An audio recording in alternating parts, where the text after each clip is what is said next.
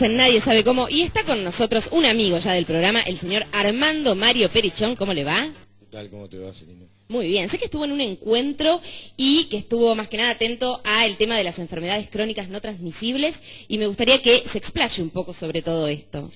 Sí, en realidad estuvimos 2 días en la Ciudad de Buenos Aires. El Ministerio de Salud de la Nación organizó las jornadas que hace todos los años para evaluar toda la gestión que hubo durante el año, en este caso 2011, de los distintos programas que tiene el Ministerio de Salud. Y este año fue dedicado a todo el tema de las enfermedades crónicas no transmisibles, a los determinantes sociales que nos enferman. Nos pareció un congreso, una jornada muy útil para todos, no solamente porque se contaron las experiencias de cada una de las provincias, de cada uno de los municipios, sino que se pudo intercambiar con las distintas autoridades el devenir de los programas en el futuro, a dónde tiene que ir Argentina en cuanto a su salud, cuáles son las estrategias que el Ministerio de Salud de la Nación define para cada provincia, para cada municipio, y la colaboración importante. Hay algunas conclusiones muy importantes. El hecho de que los municipios de alguna manera se han visto hoy por el Ministerio de Salud como el elemento jurídico, político más cercano de la gente con el cual debemos tener acciones más concretas, ¿no? Siempre las definiciones político-sanitarias venían del Ministerio de Salud a las provincias y eso generaba muchos cortocircuitos para cuando se tiene que bajar a los municipios, que son los que realmente están en contacto con la gente todos los días, y cuando hay un problema de salud le toca el timbre al intendente.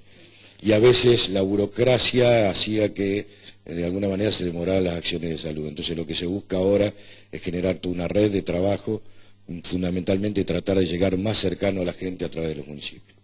Doctor, ¿quiénes Sí. participaban de estas jornadas? ¿Eran organismos, individualmente, Sí. comunas, provincias? Eran todos los organismos del Estado provincial, municipal y nacional.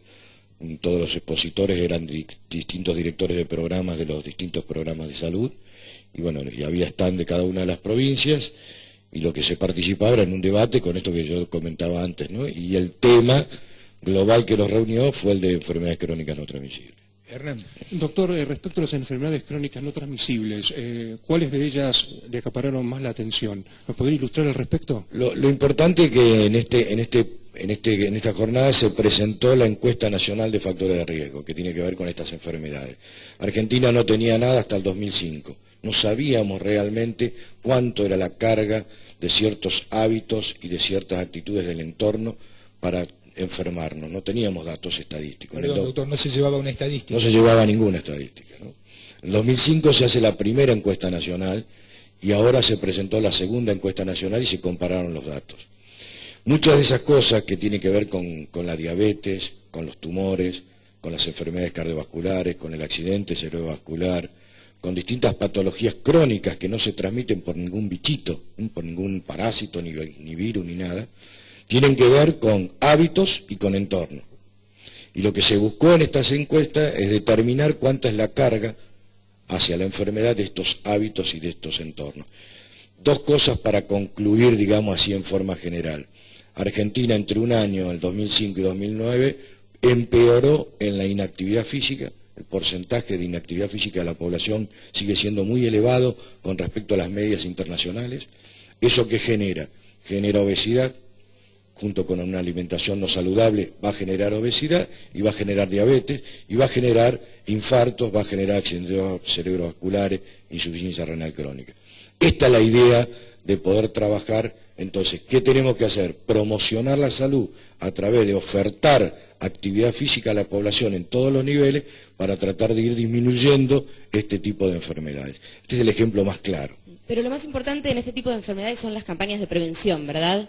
Por supuesto, eso tiene que ver con la promoción de la salud y la educación para la salud. Si nosotros no tenemos, yo veía en estos días, cuando volví justamente, de una maratón que se hizo en Rosario de noche, con unas linternas, corría la gente, que eso me parece bárbaro. Ahora hay un sector de la población que queda absolutamente afuera de ese tipo de cosas.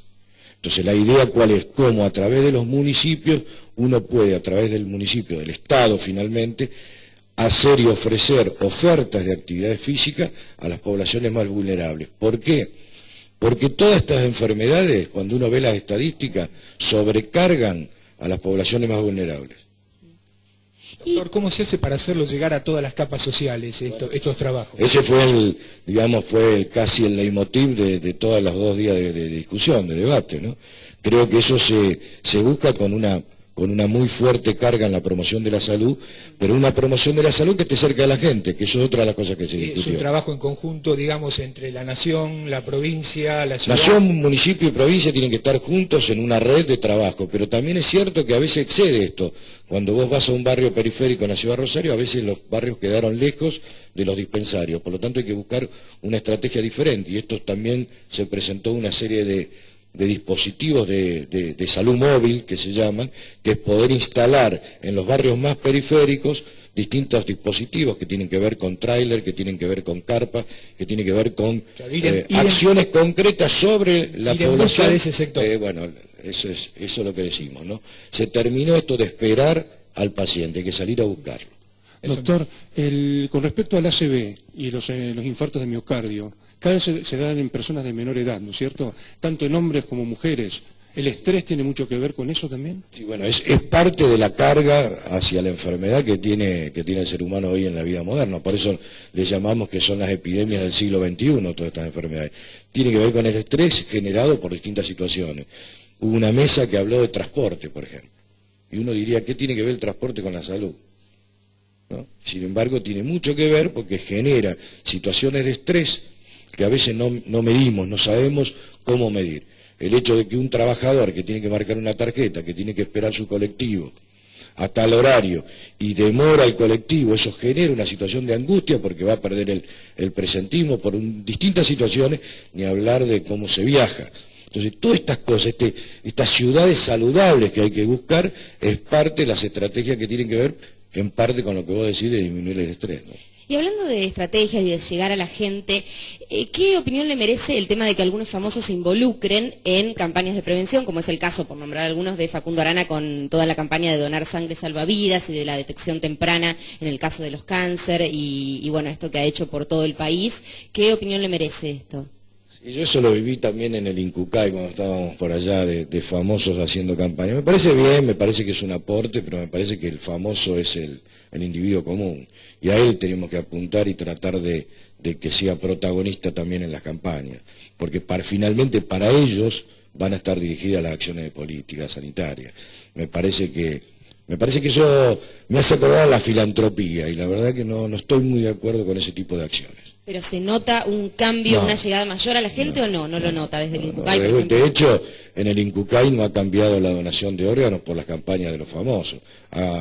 Lo que puede llegar a cambiar es la disponibilidad de coordinadores hospitalarios en los hospitales buscando los fallecidos para tratar de pedir los órganos. Doctor, notó en estas jornadas, ¿notó diferentes realidades entre distintas provincias? Sí. O sea, enfermedades que, por ejemplo, castigan a determinado sector del país que en otro no ocurre. ¿Por qué no nos cuenta algo de eso? Sí, obviamente las enfermedades del norte del país tienen todavía una carga muy fuerte de enfermedades emergentes. El caso típico del dengue.